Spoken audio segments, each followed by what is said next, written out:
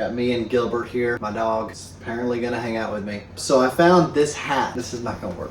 Hey there, welcome to my channel. My name is John Gaylor. In this video, I'm going to be taking this hat that I bought on Facebook Marketplace for only $35. Brand new, these hats are about $100. This is the Indiana Jones signature, just your basic fan hat. It is 100% wool. My plan for this video is to try to turn this hat into something more screen accurate. If you watch any of the movies or really study the hat that Harrison Ford wears in any of the films, you'll see distinct differences in each movie. And what's funny is that this is the most common hat that's mass produced, but it doesn't look exactly like the movies. One of the first things that I notice about this hat is that this teardrop shape right here is definitely not accurate. Right here I have the first hat that I ever made. You can see the difference. The real hat had center dent in the middle, whereas this one's got that teardrop shape. No Indy hat has that. Another thing is that you'll see that the crown, which this is the crown, if you don't know, just this part right here. This crown on here is taller. This is, I think, a 5-inch crown is what I ended up making it. This one's like a 4-inch crown, so it's a little bit shorter. The ribbon is a little bit shorter than this one. This one's 1.5 inches. Both brims are actually the same. If you want to go back to my first video where I was making this hat, you could find out why, but basically I had a lot of trouble trying to get this brim totally perfect.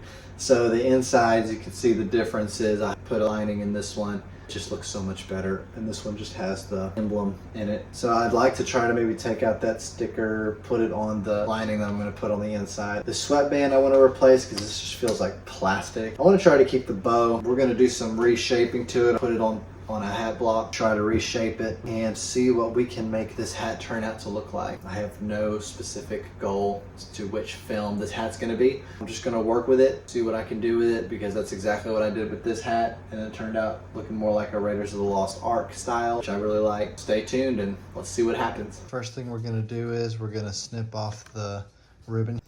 Hopefully not tear up the actual hat. Ribbon has been removed. Now to go to the inside. Okay, just got the bow out. This sweatband, I don't know what it is, but it literally cuts like paper. Like, very cheap. I'm pretty sure it's just cardboard. Wow.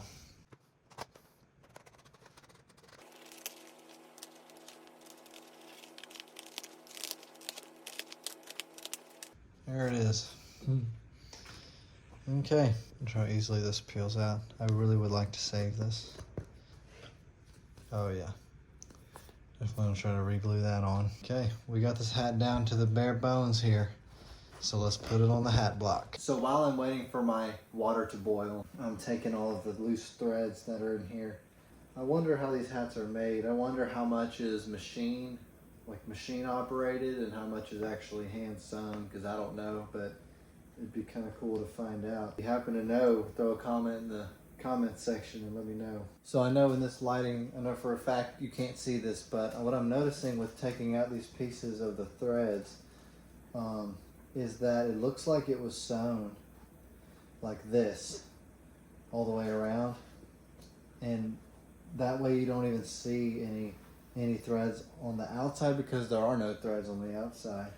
Looks like it was all just sewn on the inside. So I find that interesting, because whenever I do all my sewing, it's always just inside and then outside and then inside and then outside all the way around, and then I'm able to hide my stitching with the sweatband. But, I'm sorry, not the sweatband, the ribbon on the outside hides the stitching from the sweatband. So yeah, I find how that's interesting how they did that. Not sure if I'll be doing it that way. I had a comment made on my last video as to why I have a plastic bag over my foam hat block. The main reason is because I don't want the pieces of the hat block to get on the felt while the felt is wet, because that makes it really hard to get off.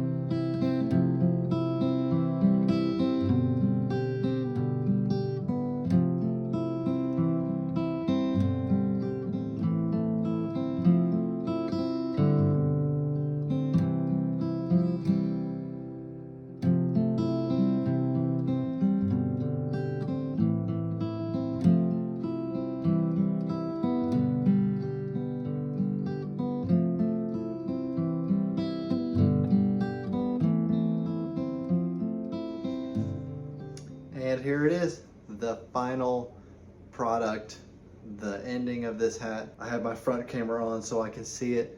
Huge improvement. I'll try to do like a side by side here with a picture of what it did look like.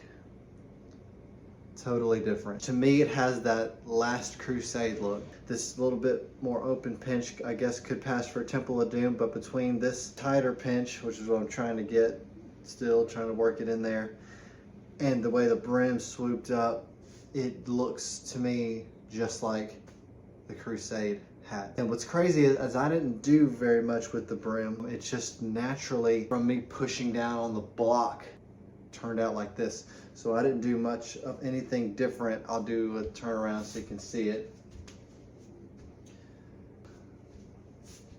Here's the inside of it. Tons better from the last one. That's the original bow. I didn't end up putting that centerpiece in there because it just looked weird with the brown and the brown of the hat. It just looked like there was a hole in the liner, so it wasn't really going to work out. So there's no Indiana Jones logo in here at all. This is a sweatband you get from Etsy, and this hat is a size 61. It fits my head really well. The ribbon, I did want to point out also before we get to the ribbon, the crown is shorter than what I wanted it to be.